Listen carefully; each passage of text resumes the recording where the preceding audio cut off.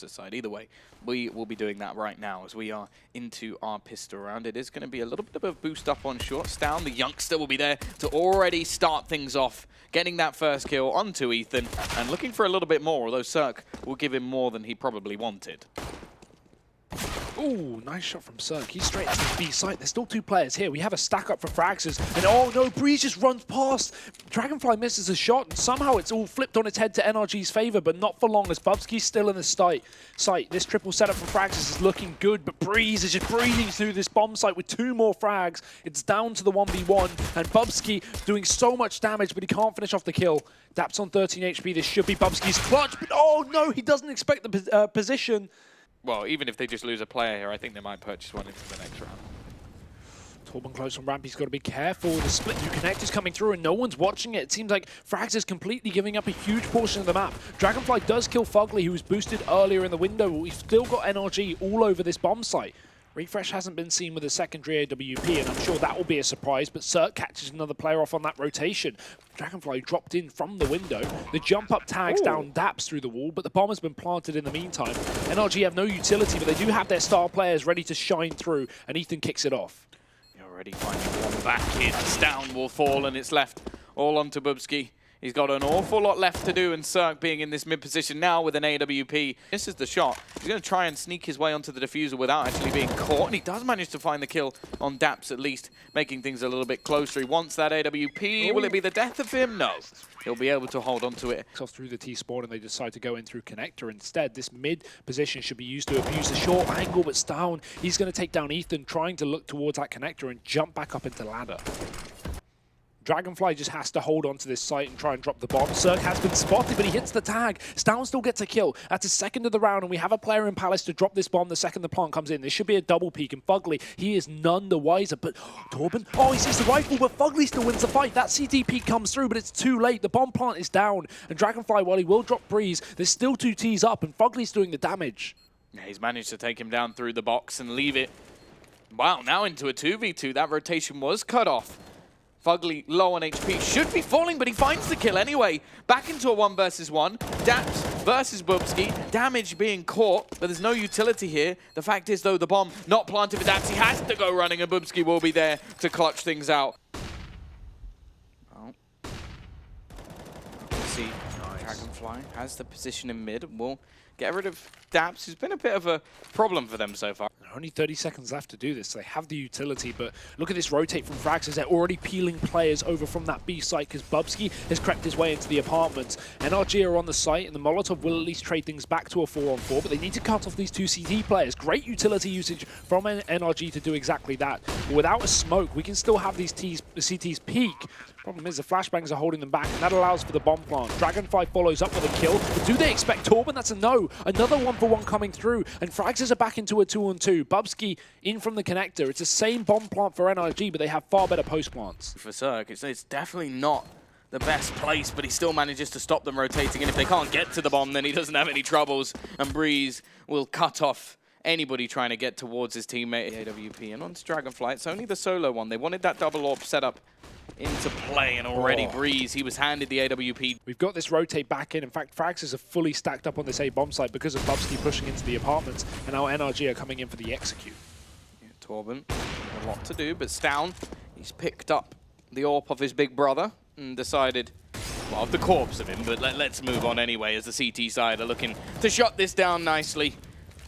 Crossfire on the A site that is absolutely flawless. It goes from a 5v4, the secondary, and well, as we hype up Refresh, he's currently at the bottom of the scoreboard in the server. It's a quick take coming in from the T's. Fugly looking for the opener. It's actually Ethan to steal it away. Oh, pretty much perfect, but they could also take all of that into the next round.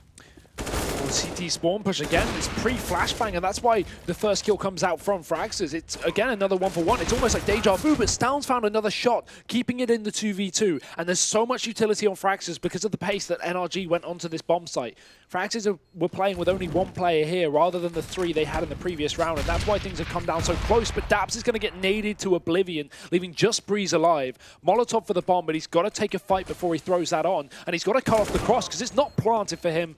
Dragonfly wins wins that duel. There's still a possibility to win this round, and well, pretty much across the board, there've been different people performing, but that's a great start from the youngster. 16 years old, there's fear. I don't think he's developed fear yet. Maybe that will come with time. He was just born confident because he's sticking around this smoke angle, and he's gonna leg Ethan as well.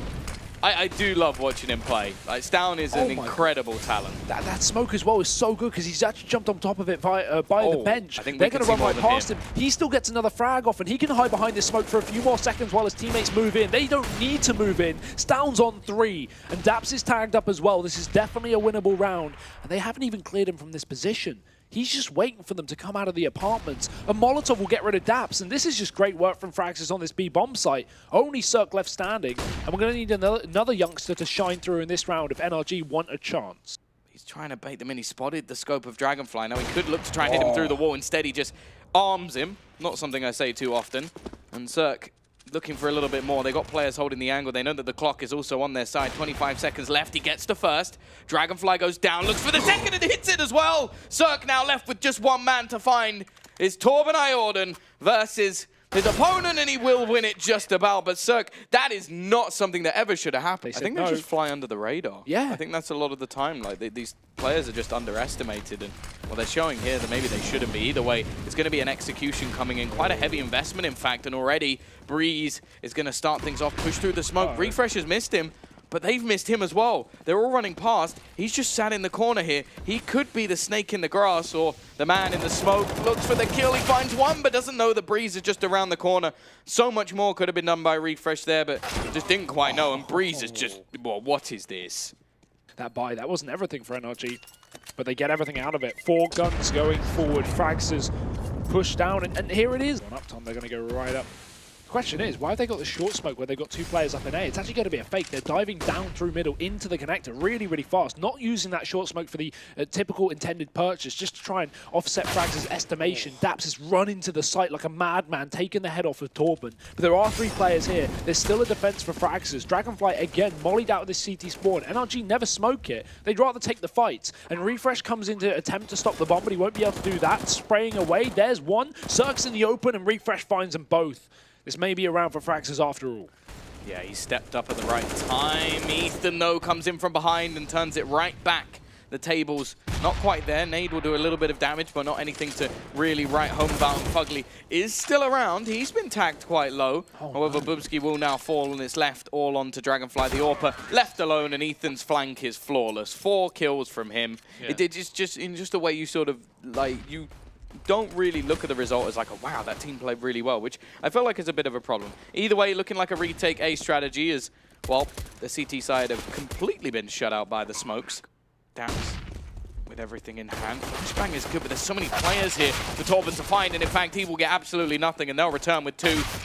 Fugly adds another to the pile of bodies, and he's going strong now, and is left all onto Refresh. This would be an insane way to bring it back, but instead, he's met with a bullet from Ethan. 12-4, NRG. They do respond with their own short smoke, so actually Frax is not hiding behind this, despite Cirque being able to go with the AWP, and Stown just goes through the gap. He finds the frag, and Dragonfly's even followed up on that A bomb site. This is falling apart for NRG. Dragonfly has jumped out of Palace, and he is absolutely tearing them apart. I think they even said it in the interview today, like when Smoothie was getting hyped up, and Gobby went, we've not won yet. Pickle, then this can definitely be a problem. He does know there's players there, though, because they did jump down. So there's going to be a flash. Nice. That is perfect as well. It bounces back just to give all...